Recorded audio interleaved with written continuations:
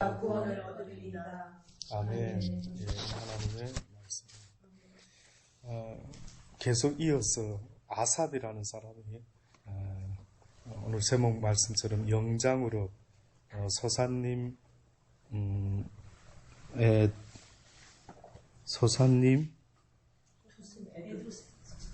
에돛에 맞춘 노래라는 타이틀로 첫 서두를 꺼내는데, 다른 성경에는 이런 표현이 잘 없는 것 같습니다. 저 개인적으로 봤을 때. 근데 요셉이라는 인물이 등장합니다. 이름이, 그렇죠? 그러면서 뭐라고 이야기하냐면, 우리는 하나님 이야기를 할 때 아브라함의 하나님, 이삭의 하나님, 야곱의 하나님, 뭐 이것은 익히 들어 잘 알지 않습니까? 그런데 갑자기 요셉을 양떼같이 인도하시는 이스라엘의 목자여, 이렇게 지금 타이틀이 갑자기 요셉이라는 이름이 등장을 합니다. 그냥 야곱, 왜 우리가 보통 이스라엘 백성을 말할 때 야곱의 자손, 이렇게 이삭의 자손이라는 말보다 야곱의 자손을 많이 씁니다. 왜 그럴까요? 왜냐하면 야곱이 12아들을 낳았기 때문에 그렇습니다. 그래서 이스라엘의 12지파로부터 이스라엘 민족이 시작되었기 때문에, 물론 아브라함을 이야기할 때는 성경은 믿음의 조상이라는 표현을 쓰고, 이삭을 말할 때 의외로요, 이삭이라는 존재의 그 가치가 성경에서는 그렇게 특이하게 좀 드러나지가 않습니다. 학자들 간에 그런 생각도 하죠. 왜 그럴까? 이삭이 어떻게 보면은 아브라함의 그 아들인데 왜 이삭의 존재가 그렇게 대단하지 못하게 부각이 될까? 뭐 이런 생각도 합니다. 그런데 한 가지 장단점이 있더라고요. 아브라함과 같은 실수를 아들 이삭도 똑같이 합니다. 그 어떻게 보면은 장점은 별로 안 보이는데 딱 한 가지 장점은 있다라고 좀 평가는 해주기는 하죠. 어렸을 때 아버지가 자기를 데리고 제사를 드리러 모리아산에 갈 때에, 보통 그 정도 아이면은 아빠 재물이 어디 있어요? 재물도 없이 뭐 이렇게 갔다가 자기를 죽이려고 하는 아빠 보면 뭐 피하기도 하고 뭐 이러기도 하지 않을까. 뭐 굳이 그렇게 좀 이삭을 갖다가 어렸을 때 그래도 이삭이 순종을 했다. 근데 제가 생각할 때는 그렇게 순종을 했다 보기가 좀 어렵지 않는가. 그냥 그는 갔던 것 같고, 그래서 그냥 갑자기 아버지가 그냥 콱 묶었을 때에, 뭐, 물론 꼼짝없이 잡혔겠죠. 뭐, 그런 거지. 그가 뭐, 순종해야겠다. 뭐, 아빠가 나 죽이더라도 내가 원망하지 말고 잘 죽어야지. 뭐, 이렇게, 어른스러운 생각을 했을까라고 볼 때, 그렇게, 느껴지기는 좀 어렵지 않을까. 어쨌든 그러나 많은 사람들이 이삭의 그 순종의 모습이 꼭 예수님이 십자가에 지고 가시는 그 순종의 모습과 비슷하지 않겠는가. 뭐 그럴 수도 있겠다고 봅니다. 그러나 어쨌든 이삭은 뜻밖에도 자기 아버지와 똑같이 살기 위해서 아내를 갖다가 이복누이라고 속인 것처럼 이삭도 어째 그런 걸 똑같이 카피를 떴는지 모릅니다. 어쨌든 이삭 이후에 야곱이라는 자가 나타났는데, 뜻밖에도 야곱으로부터는 12아들이 나타났다. 왜 그럴까? 왜 야곱이라는 자로부터 이삭으로부터 해도 되는데 왜 야곱으로부터 12아들이 나타났을까 봤을 때, 그 야곱이라는 인물을 한번 생각을 해요. 성경에 보면 하나님이 에서는 미워하시고 어떻게 보면 야곱을 어떻게 했다고요? 사랑했다. 첫 번째 이유는 그의 택하심이, 하나님의 택하심이 있다라고 분명히 믿어 심지 않습니다. 그런데 그러면 택하심을 받을 만한 그의 모습은 뭐였을까? 그의 어떤 모습이 택한 자로서의 우리에게 보여주는 모습이 뭘까? 뭔 것 같습니다. 열정? 어떤 열정입니까? 영적인 것을 태에서 나올 때부터 먼저 형을 지키고 나올 복을 장자의 복. 이스라엘이 하나님으로부터 받는 장자의 축복에 대한 첫 번째 태중에서부터 그 복을 사모했죠. 그 우리가 아는 것처럼 자기 형을 속이면서까지 무엇을 따내려고 했습니까? 장자권. 왜 장자권에 뭐가 그렇게 있길래? 뭐 실질적인 재산도 배로 받을 수는 있습니다만, 그러나 그가 사모했던 그것은 육적인 거였습니까? 영적인 거예요. 영적인 것을 사모했죠. 그리고 그가 나중에는 천사와 씨름까지 할 때에 어떤 모습을 우리한테 보여줬습니까? 그가 천사와 씨름했던 이유, 환도뼈까지 그가 천사가 쳐서 위고를 시켰는데도 포기하지 않고 했던 것은 뭐였습니까? 예, 누구로부터 그 복이 있어야 된다고? 하나님으로부터 오는 복이 없으면은 자기는 인생은 끝이다. 내 인생 내가 아무리 열심히 살아가지고 잘 먹고 잘 살아야지, 성공해야지 라고 애를 쓰고 살았다 할지라도 하나님이 그 모든 걸 허락하셔야 되고, 또 허락이 됐다 하더라도 그것을 내가 누릴 수 있는 복까지 받지 못하면은 내 인생은 아무것도 아니다. 그러니 어떻게 보면 제가 봤을 때 야곱에게 가장 놀라운 선택받은 자로서의 놀라운 어떤 속성이 있었다라고 하면은 그는 하나님이 주는 복을 받아야만이 된다. 이게 아마 에서와 형과는 다릅니다. 형은 뭐라고 합니까? 어느 날 그가 팥죽을 쏘가지고 형이 장자권을 어떻게 하든 속여서라도 뺏기를 원하는 그런 좀 보기는 안 좋은 모습이었지만, 그러나 하나님은 분명히 내버려 두고 있었죠. 우리가 볼 때는 나쁜 놈이다 동생이 이러지만 하나님은 내버려 뒀단 말입니다. 자, 그랬을 때에 형이 아주 사냥한다고 힘들어서 왔을 때 그가 구수한 팥죽을 쏘서 형에게 이것을 팔지요. 기억납니까? 그때 이 형 에서 입에서 어떤 잊을 수 없는 성경에서 아주 상징적인 말을 하게 됩니다. 아주 어떤 부류의 인간들의 아주 대표적인 말을 하죠. 예, 한마디로 하나님의 그 장자권을 경휼히 여기면서 만울히 여기고 그까지 그 가치를 기독교인 그까지 크리스찬이 된다. 그까지 예수 믿는 그건 그까지 뭐가 그래 대수냐. 자기에게 하나님이 은혜를 베풀어서 어떻게 보면 어떤 기회를 줬건만은 뜻밖에도 에서는 자기에게 허락된 그 은혜의 축복. 누구는 태어날 때부터 불교 집안에 태어나는데, 누구는 태어날 때부터 다른 이방 종교 밑에서, 무당 밑에서 태어나는 아이들 있지 않습니까? 그런데 어떤 아이들은요, 태어날 때부터 크리스찬 가정에 태어나지 않습니까? 웃기게 여긴다. 엄마 아빠 교회 다니고, 아이고 그까짓 거 교회 다니는 거 나는 더 싫다. 이런 어떤 면에서는 내가 엄마 아빠가 교회 다니심으로 말미암아 내가 믿는 집안의 자녀로 태어났다. 이게 어떻게 보면 복 중에 복이 돼요. 저는 솔직히 저희 육신의 부모님에게 감사하는 게 있다면 그겁니다. 고등학교 친구 중에 김해에서 다녔던 친구가 있었습니다. 가르늦게 학창 시절에 예수를 믿었더라고요.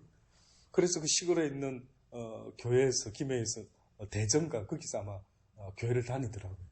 다니는데 그 친구가 이런 간증한 걸 제가 아직 기억합니다.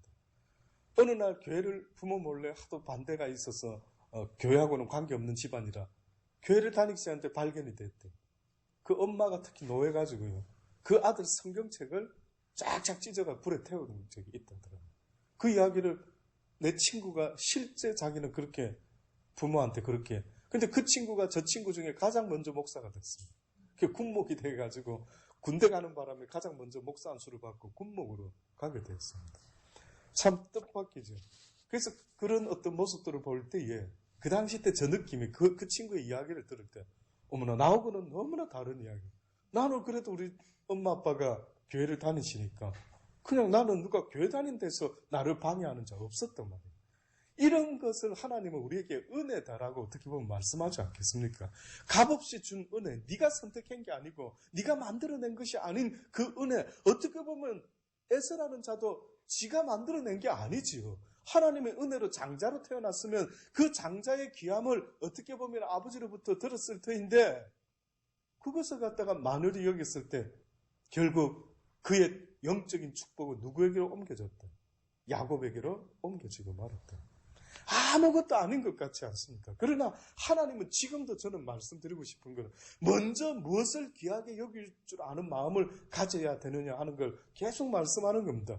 우리의 일상 가운데 여러 가지 약속들을 정해놓고 나의 하루하루를 살아가지 않습니까? 그러면 여러분은 어떤 약속들 중에 만약에 겹치는 일이 생기면 제가 한번 물어볼게요. 여러분은 어떤 것을 우선순위로 지킵니까? 어떤 약속을 우선순위로 지키는데요? 어떤 것이 중요하다고 생각하는 걸 우선순위로 둘 거 아닙니까? 그래서 저는요, 저와 여러분이 성경의 말씀처럼 마지막 때에 너희가 모이기를 피하는, 습관적으로 피하는 어떤 자들과 하지 말고 너희가 날마다 모이기를 어떻게 하라고요? 힘쓰는. 그러니까 할 수만 있다면 그렇게 얼마나 많이 모이는가 숫자적으로는 뭐라고 말할 수는 없지만, 그러나 우리에게 하나님이 모일 수 있도록 어떤 마음과 환경과 여건을 허락했다면 내 삶의 가장 우선순위를 먼저 구할 것을 두고 있으라. 나는 그것이 저는요, 여러분에게 있어서 하나님의 이름으로 모이는 그곳이 어떻게 보면 내 일상의 약속 순위에 있어서 가장 1순위가 되기를 간절히 주의 이름으로 축원합니다. 그래서 혹시나 피치 못할 일이 있어도 마음으로 하나님 하나님 죄송해요 가야 되는데, 이런 마음 좀 가지면 좋겠다 이거죠. 당연한, 나 이런 일은 당연히 내가 이 일을 먼저 해야지. 어떻게 그 교회 갈 수 있겠어? 뭐가 그래 당연한데? 뭐가 그렇게 교회까지 안 나가도 될 만큼, 예를 들어서 그렇게 당당한 일이, 정말 우리가 야곱과 같은 마음으로 하나님 앞에서 영적인 걸 사모한다라는 마음이 있다면은 무엇이 그렇게 우리가 하나님 앞에 가는 것이 1순위인데도 불구하고 못 가는 것을 더 당연히 생각하는 그 마음이 뭐예요? 하나님은 우리의 무슨 종교적인 열심을 보는 게 아닙니다. 때로는 하나님 앞에 마음은 있어도 못 갈 때, 아버지 아시지요? 저 마음.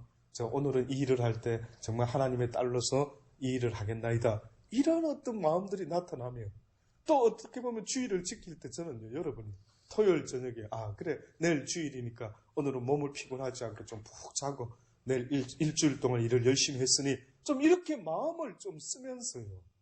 그래서 몸이 피곤하지 않도록, 어떻게 보면 교회 왔는데, 해피령 왔는데 그때부터 막 피곤이 몰아쳐가지고 잠이 쏟아진다. 어째 생각하십니까?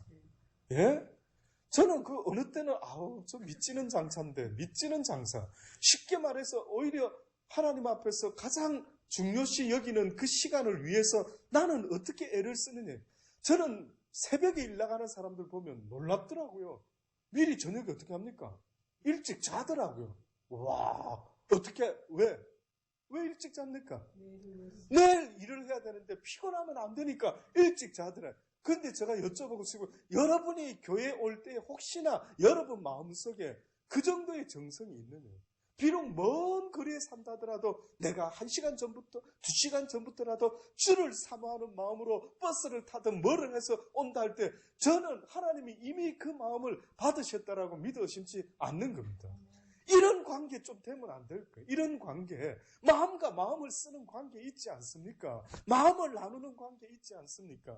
형식적인 거 말고요. 정말 마음을 나누면서 상대방을 걱정해주고, 상대방을 염려해주고, 상대방을 위하여 애절한 마음으로 기도해주고 권면해주는 이런 마음을 쓰는 것을 하나님은 분명히 저는 보기를 원한다고 믿어 심지 않습니다.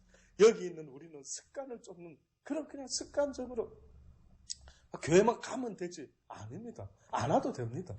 교회만 가면 되지가 아니라 안 와도 된다. 그 마음의 중심이 아버지가 받을 만한 마음으로 와야지, 그냥 습관적으로 헌금하고 습관적으로 교회 오고 습관적으로 하든가 하고, 그게 바로 바리새인들의 모습이라고 주님이 그들의 그 나쁜 습관적인 굳은 무딘 양심을 아버지가 그렇게 싫어하고 야단치지 않았습니까? 언젠가 말씀드렸죠. 지난 주일입니까? 제가 처음으로 말씀드렸을 겁니다. 오후 시간에였나요? 주님이 거절했던 사람들, 어떻게 보면 세례 요한이 거절했던 인간들, 더 이상 희망을 갖지 않은 그들이 바로 바리새인과 율법학자들. 왜? 그들의 위선 때문에 그렇습니다. 네 모습 때문에 나에게 오려고 하는 자들까지도 어떻게 된다고요?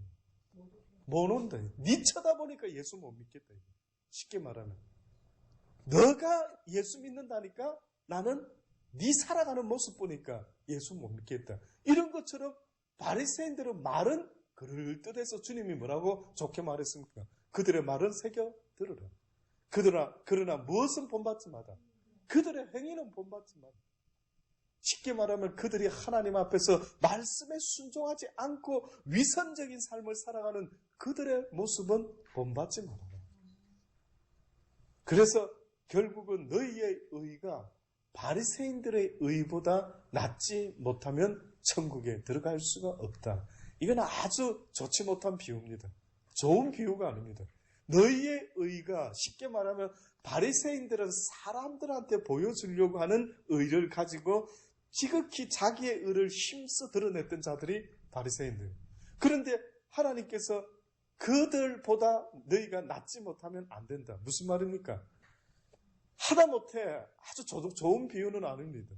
하다못해 너희가 사람한테 보이려고 억지 추량하는 짓조차도 하지 못하는 인간은 되지 말아라. 최소한 사람한테 보이려고 나 신앙생활 잘해요. 그 정도라도 있으면 좋겠다. 아주 좋지 못한 비유죠. 그러나 하나님이 원하는 건 그 모습이 아니라 어떤 모습입니까? 하나님 앞에서 하나님이 기뻐하는 어려운 자의 모습, 말씀에 순종하는 자를 가르쳐 하나님은 그것을 그들의 의로 여기시겠다고 약속하셨으니 그 말씀에 순종하는 것이 곧 의로운 자다라고 성경이 말하고 있는 것입니다. 예, 이런 상황 속에서 요셉이라는 사람이 등장합니다. 야곱도 아니고 왜 갑자기 요셉이 등장했을까? 이런 요셉의 이야기 중에 우리가 아는 것 중에 요셉은 누구 아들입니까? 예, 야곱의 아들인데 그 엄마가 누구지요?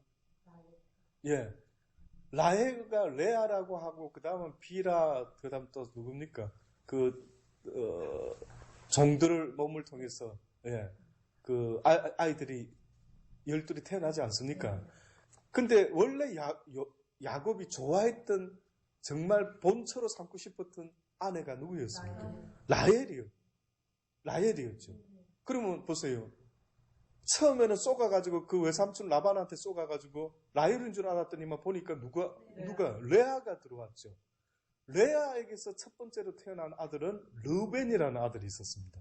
그런데 사랑했던 여인에게서 태어났던 첫 번째 아들이 누구입니까? 요셉. 그리고 하나 더 낳았는데 베냐민을 낳았죠. 그런데 성경에 보면은 르벤이 잘 등장을 안 합니다. 지금 이런 경우도 요셉을 양떼같이 인도하시는 이스라엘의 목자여 이렇게 말하는 것보다 오히려 어떻게 보면 르벤을 양떼같이 인도하시는 이렇게 해야 장자의 그 권세도 쓰고 좀 권위도 설 텐데 그렇게 없애버립니다. 아십니까? 창세기 49장 2, 3절에 특히 보면은 이제 야곱이 자녀들을 불러가지고 축복을 하고 다 하는 게 나오지 않습니까? 근데 뜻밖의 르벤이 무슨 잘못을 저질렀는지 아십니까? 예, 침상을 더럽혔다. 베델로 가는 중에 그가 자기의 서모라 해야 됩니까? 빌하를 갖다가 취하게 됩니다. 아주 결정적인. 그리고 또 한 가지 문제가 뭐냐면은 요셉을 팔아버리자라고 자기 동생들이 했을 때 누가 나서서 말렸어야 됩니까? 예, 적극적으로 말렸어야 되는데 그 죽이면 안 되는데 우리 동생 아니까 그래도 하고 이 정도로 하고 말았습니다. 그래서 뜻밖에도 르벤이라는 사람이 야곱의 장자인데도 불구하고 어느 날 그의 존재감이 쑥 없어지고요. 갑자기 어떤 존재감이 나타나는데 야곱이 축복할 때에 오히려 뜻밖에도 누구에게 장자의 복이 옮겨졌는가 봤더니만 누군지 아십니까? 누굴 것 같습니까? 아니요. 요셉에게는 상속권이 넘어갑니다.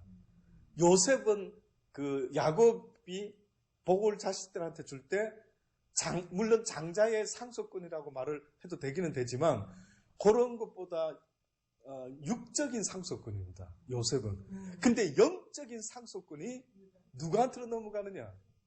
레위한테 넘어가죠. 레위 지파. 레위 지파가 어떤 지파입니까?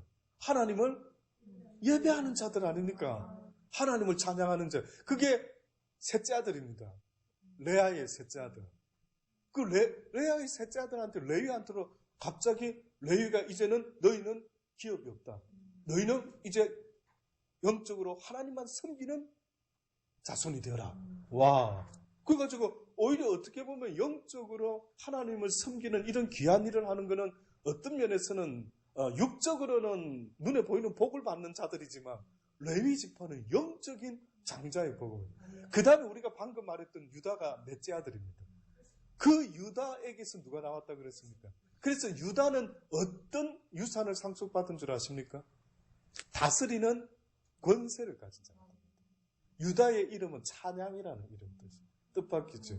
유다여 찬양하라 할 때 어떻게 보면은 그 유다는 권세를 지는 자인데 그 자손에서 예수 그리스도가 나왔으니 그들의 권세라는 의미는 어떻게 보면 영적으로 모든 어떤 형제들 사이에서 그 형들의 권위자가 되는 겁니다. 장자는 아닌데. 그래서 우리가 북이스라엘과 남유다, 이 많은 자식들이 있는데 왜 남유다라 하느냐 이거예요. 그냥 람 레위, 람 루벤, 람 누구 이렇게 해도 되지 않느냐. 근데 묘한 거는 그 자식 유다를 통해서 어떻게 보면은 하나님의 권위와 권세를 허락한다. 그래서 사실은 성경적으로 보면 남유다라는 거는 한 그 유다만은 이름을 붙였는데 북이스라엘 할 때는 누군지 아십니까? 그게 바로 지금 여기서 언급된 요셉의 자손들. 대표적으로. 나머지는 거기 다 물론 있죠. 다 있죠. 여러 있는데. 그러나 대표적으로 북이스라엘을 할 때 요셉의 자손이 복을 받지 않습니까? 그래서 그의 자손들이 뜻밖에도 요셉은 한 사람인데 그는 세 지파를 얻게 됩니다.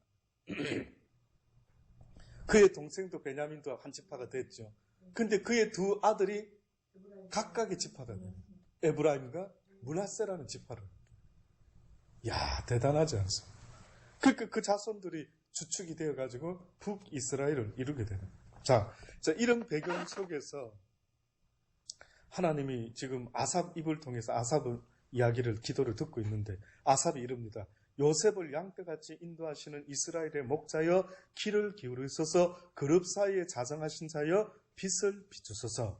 에브라임과 베냐민과 므낫세, 지금 어느 쪽 애들 이름이 다 나옵니까 지금?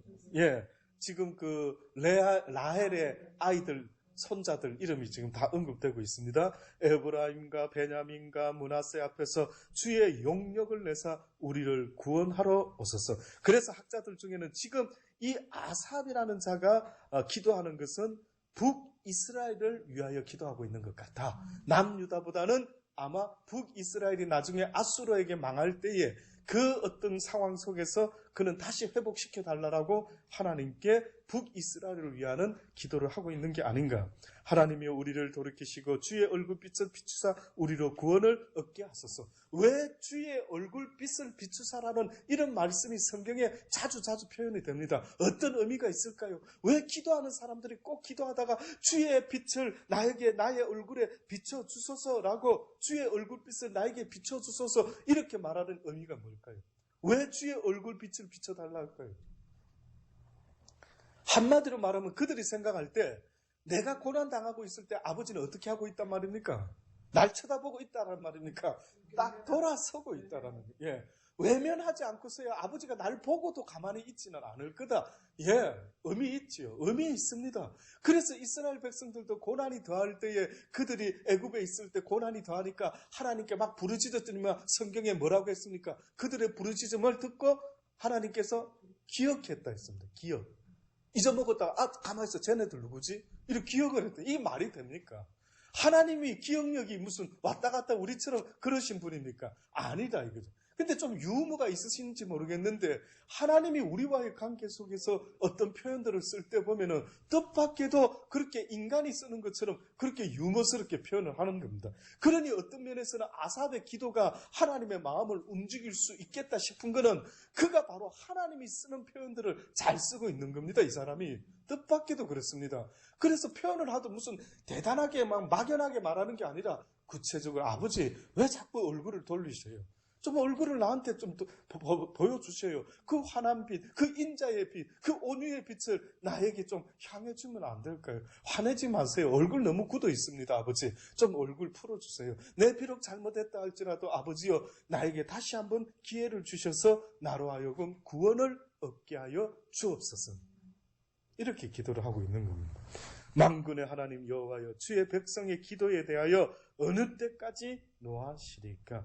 주께서 저희를 눈물 양식으로 먹이시며 다량의 눈물을 마시게 하셨나이다. 이것이 항상 등장합니다. 제가 봤을 때. 진정성과 간절함을 표현할 때, 특히 시편의 그 기자가 다윗이 우리가 잘 아는 거, 밧세바를 취하여 가지고 죄를 지은 것을 나단에게 지적을 받고 썼다라고 하는 그의 부르짖는 기도 속에 우리가 잘 아는 아주 유명한 표현 뭡니까? 내 눈물이 거짓말 아닙니까? 뻥치는 것 같아. 그런데 그 뜻은 뭡니까? 하염없이 내가 지금 눈물로 내 진정성을 나타내지 않습니까? 그래서요, 어떤 분은 이런 말까지 하더라고요. 눈물의 기도를 하지 못하는 자들은 믿지 말아라. 그들은 겉모습은 기독교인 같아 보이나 그 속은 아닐 수 있다. 그 말을 들어보면 그럴 수 있겠다. 그럴 수 있겠다. 왜? 하나님 앞에 구원을 갈망하는 자들의 모습은 이와 같이 목마른 사슴과 같든지 아니면 이와 같이 눈물로 자기의 죄를 회개함으로 구원을 얻고자 소망하는 이들의 모습을 봤을 때 눈물이라는 건 바로 이때 흘리라고 주는 겁니다. 예? 눈물이라는 것은 구원을 이루기 위하여 내가 이제는 내 죄를 깨닫고 용서를 구하고 제사함을 받고 구원을 얻게 될 것이라고 그렇게 누누이 말하지 않습니까? 눈물은 드라마 볼 때 울으라고 있는 게 눈물이 아니다면 내 뜻대로 안 돼가 열받아서 울으라고 하는 그런 서러운 눈물의 의미가 아니라고 성경은 인간에게 뜻밖에도 눈물을 왜 줬을까? 유대인들이 고민하는 게 그겁니다. 왜 하나님이 인간에게 눈물이라는 걸 줬을까? 슬픔은 그냥 슬프면 되지. 왜 슬플 때 눈물이 쏟아질까? 유대인들은 그것까지 생각합니다. 여러분은 생각해 봤습니까? 왜 우리 인간에게 신기하다, 야. 슬플 때, 애통할 때 왜 눈물이 나지? 왜요? 그것이 어떻게 보면 내 마음 중심의 진정성을 하나님께서는 그렇게 눈물로 표현합니다. 다 똑같아요, 애통하면. 자, 그래요? 근데 여기 지금 애통하는 사람들이 다 있습니다. 근데 뜻밖에도 애통하는 자들 중에 눈물을 흘리며 애통하는 자가 있고 장례식에 와서도 눈물을 흘리지 않고 애통하는 자가 있다 할 때 자, 제가 여쭤볼게요. 누가 진짜로 애통해하는 것 같습니까? 이게 인간의 구조랍니다. 진정 가슴에 뭔가 와닿으면 누가 나를 너무 사랑하는 걸 느낄 때 사랑의 눈물도 흘리고 누가 나를 너무나 용서해줬을 때 그 고마움과 용서의 감사와 기쁨에 눈물이 나고 이상하죠? 이 눈물은 우리 속 어딘가 연결이 되어 있는 것 같아요. 그래가지고 보통 때는 눈물이 안 나는데 어느 극한 순간에 오면 이상하게도 눈물이 난다. 그러면 여러분 요거를 조금 더 진지하게 고민해보면 눈물이 없다라는 말은 어느 순간에 어떻게 된 상태를 말할까요? 메말라 버렸다. 성경에는 때로는 양심이 화인받았다. 무디졌다. 감정이 없어져 버렸다. 그래서 우리가 저번에 보았죠.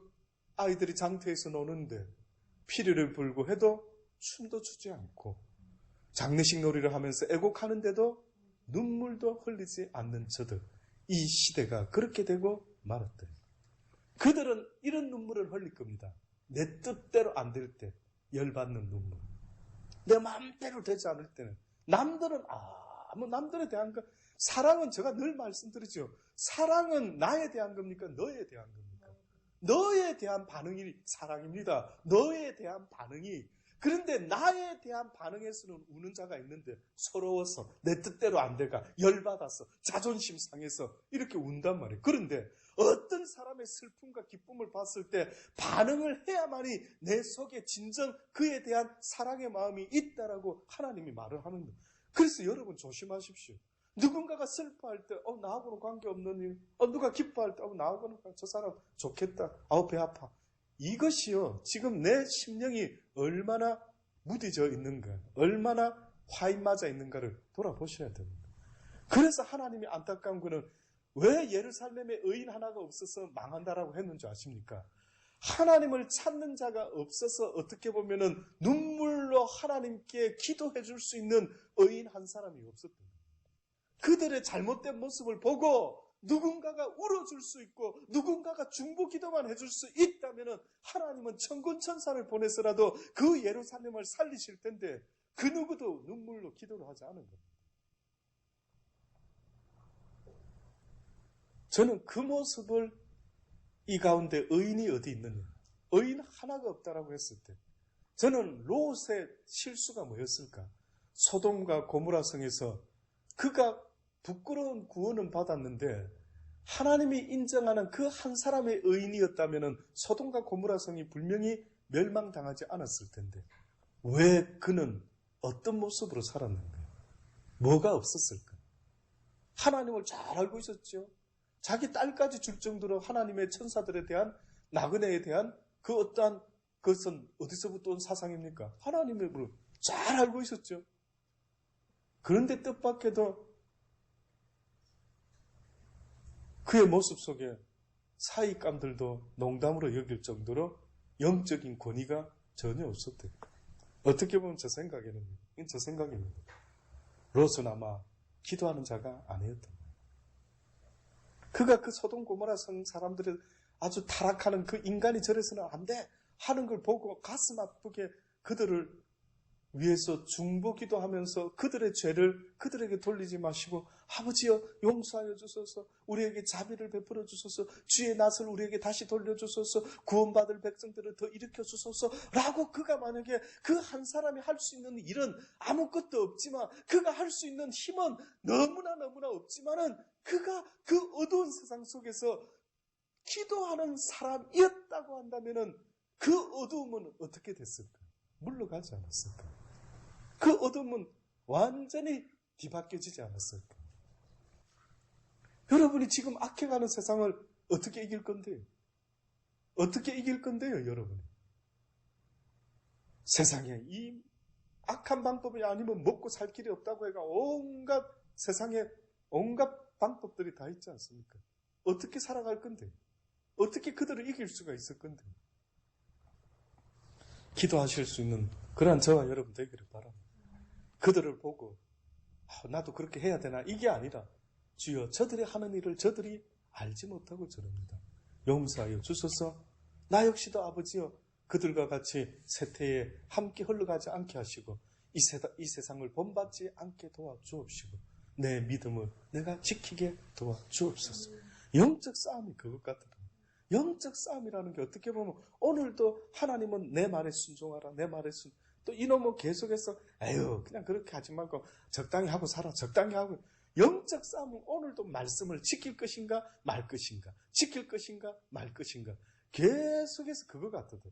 다른 거는 오늘 뭐 먹을까 이 정도는 별거 아닌 것 같아요. 그런데 날마다 나를 괴롭히고 싸움을 걸어오는 것은 하나님의 말씀대로 할까 말까, 할까 말까, 이것 아니겠습니까?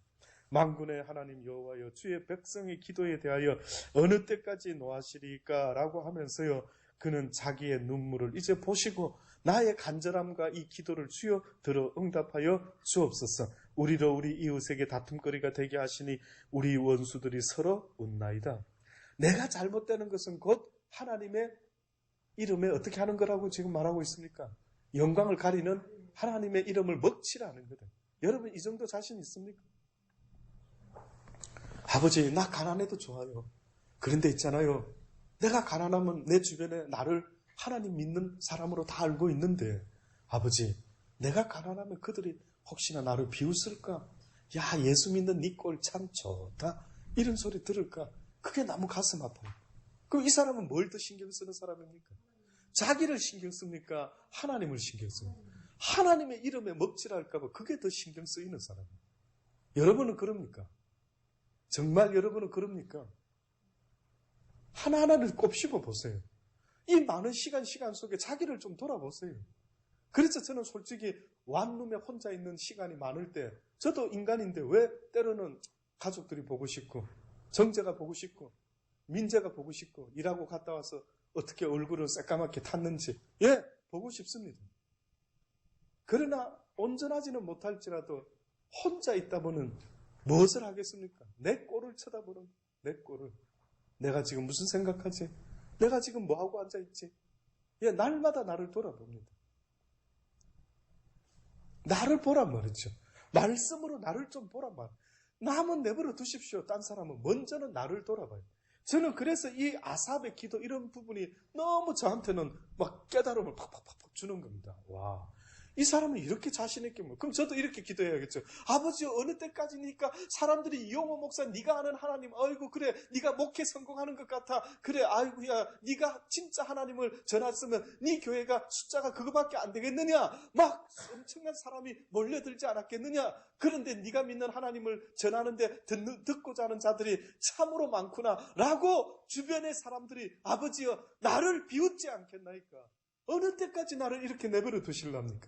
어느 때까지 나의 하나님이 진짜인데 저들은 나를 조롱하고 웃고 멸시하고 있나이다. 예, 어느 날 제가 한번 시드니에서 그렇게 했던 적이 있습니다. 교회가 부흥이 안 되고 늘 엇비슷해서 아버지 내가 수도 바꿔요. 뜻밖의 그러시더라고요. 그들이 그렇게 하는 것 내가 알고 있다. 아마 누군가가 뒤돌아서서 그렇게 하는 자들이 있었던 거예요. 그들이 그렇게 하는 건 내가 알고 있다. 기다려라. 네가 적은 일에 충성하는 자가 되어라. 때가 되면 내가 많은 것으로 너에게 맡길 것이니 너는 적은 일을 충성하는 법을 배우도록 적은 일에 대한 충성의 마음을 가져보아라. 이런 시기를 바랍니다.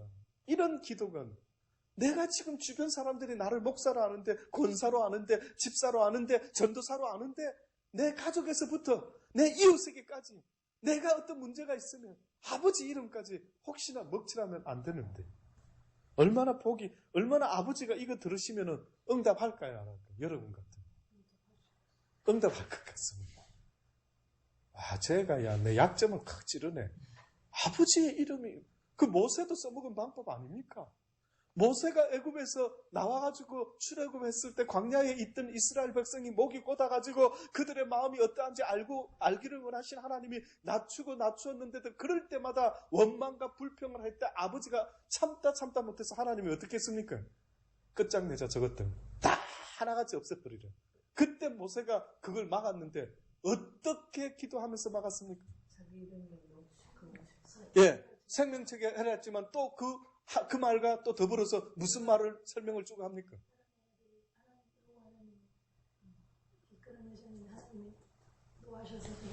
하나님 이름을 해방해 그러니까 이제 그걸 어떻게 표현했냐면 하나님이 처음에 끄잡아낼 때는 힘있게 끄잡아냈다. 이거 능력이 하나님. 막 재앙을 일으켜가 막 홍해를 가르고 그 이방들이 다 알았다고. 세상에 그런 기적이 일어났대. 와 하나님이 이스라엘 하나님이 우와우 놀라운 역사를 해가 그들을 가나안으로 이끌려고 그랬대. 막 난리가 났죠. 근데 광야에서 죽인다 할 때 모세는 뭐라고 표현했는데 여호와의 힘이 붙여가지고 아이고 처음에는 박력 있게 끄시더만 나중에 힘이 딸려가 이러는 인간처럼 아버지가 나는 그렇게 사람들한테 보여주면 나 기분이 별로 이러니까 아버지 마음이 안 돌아서겠습니까? 기분이 이거 수가 높지 않습니까? 저는 기도를 해도 이 정도는 좀 하면 좋겠대.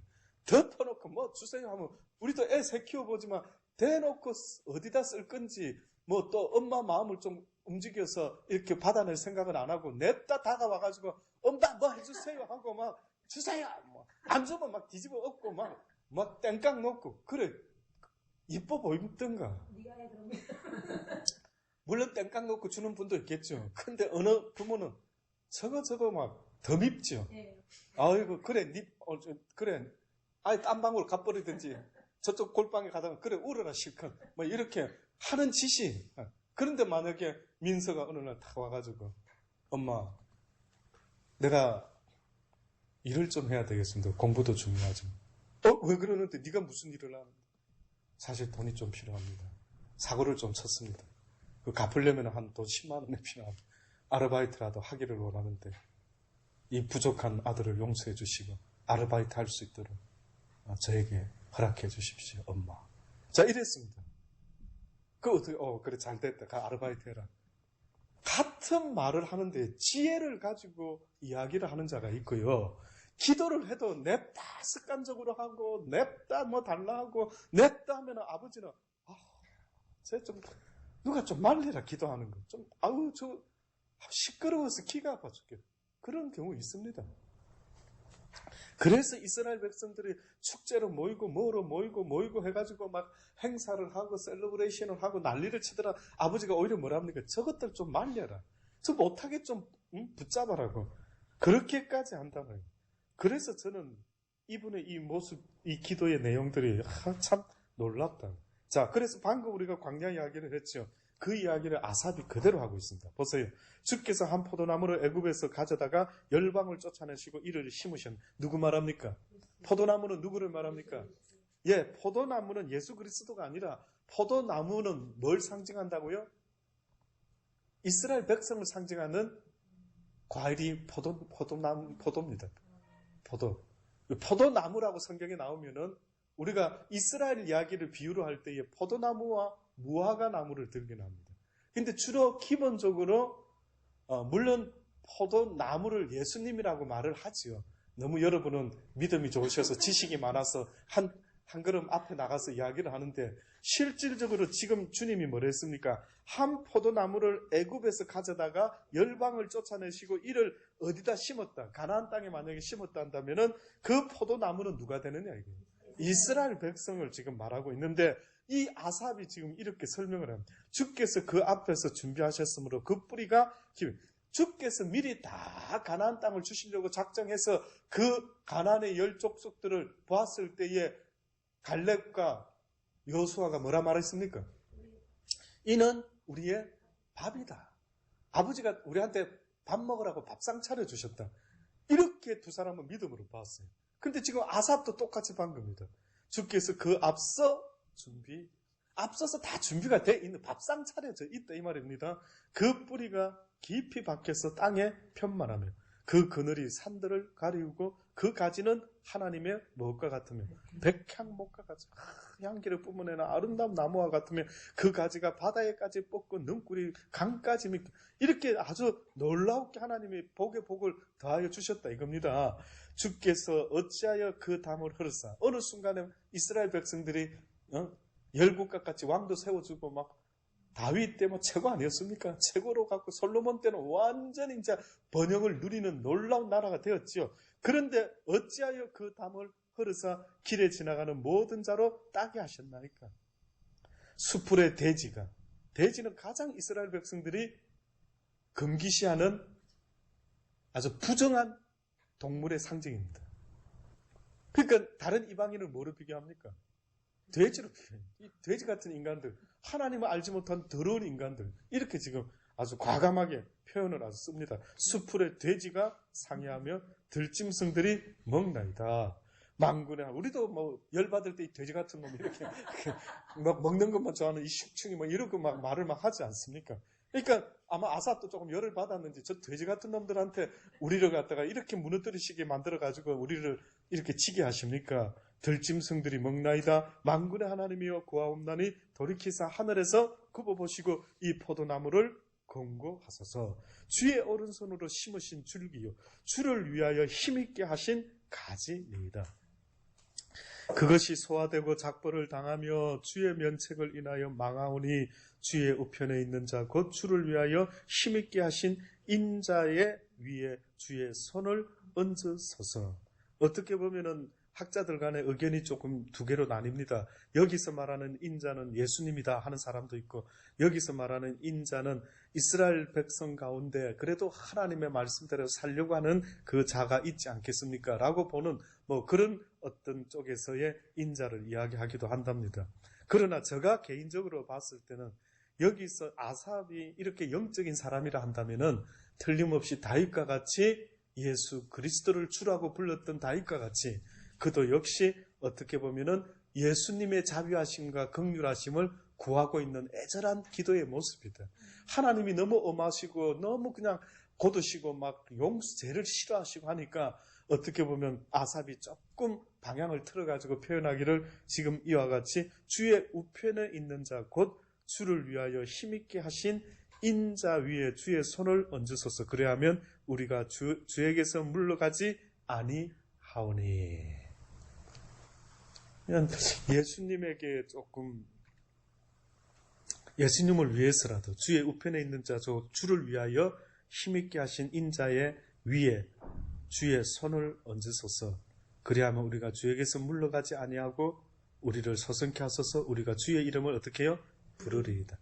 그러니까 어떻게 보면은 우리를 위하는 것도 있겠지만은 당신의 아들 그 주를 위하여 손을 얹으사 그 자리가 흔들리지 않도록 하소서. 그래야 우리가 그분을 향해서 계속 주를 부르고 찬양하고 경배하지 않겠나이까. 우리가 망하면 주의 자리가 무슨 소용이 있겠나. 이렇게 기도합니다. 이렇게 기도합니다. 이제 마지막 결론으로 아삽이 말합니다. 만군의 하나님 여호와여 우리를 돌이키시고 주의 얼굴빛을 비추소서. 요 주의 얼굴빛 비추라 할 때 서두에 했던 말입니다. 그죠? 서두에 했던 3절에 했던 말을 다시 서론에 했던 말을 결론에 가가지고 다시 말하는데 만군의 하나님 여호와여 우리를 돌이키시고 주의 얼굴빛을 비추소서. 우리가 구원을 얻으리이다. 제발 주님 나를 기억하여 주소서입니다. 제발 주님 나를 쳐다봐 주소서. 내가 지금 이렇게까지 하는 걸 좀 한번 봐주세요. 내가 얼마나 지금 애쓰고 있는지를 좀 한번 봐주세요. 정말 이 심정이요. 저는 우리 모두의 심정이 되기를 바랍니다. 정말 내가 이렇게까지 한다라고 하나님께 좀 봐달라고 말할 수 있을 정도로 하나님께 눈물로 기도할 수 있는, 특별히 구원을 위하여 나의 이 죄로 말미암아 악한 적군에게 넘어져서 영적으로 이 악한 자한테 져서 지금 종으로 팔려가서 멸망당하고 있는 이런 내 모습을 영적으로 보면서 나를 구원하소서. 죄에서 나를 구원하소서. 내가 살겠나이다 라고 하는 고백이 저와 여러분의 고백되기를 바랍니다. 하나님 감사합니다. 오늘도 우리에게 주신 말씀을 기억하기를 원합니다. 기도를 하더라도 어리석은 자, 중언부언하는 자가 되지 않게 하여 주옵소서. 주의 마음을 헤아리며 주님이 어떤 분이라는 것을 기억하며 그 주님께 나아가 아삭과 같이 지혜롭고 간절하게 눈물로 기도할 수 있는 그러한 우리도 되기를 원합니다. 이 마음으로 오늘 이 시간 하나님께 기도하는 저와 여러분 되기를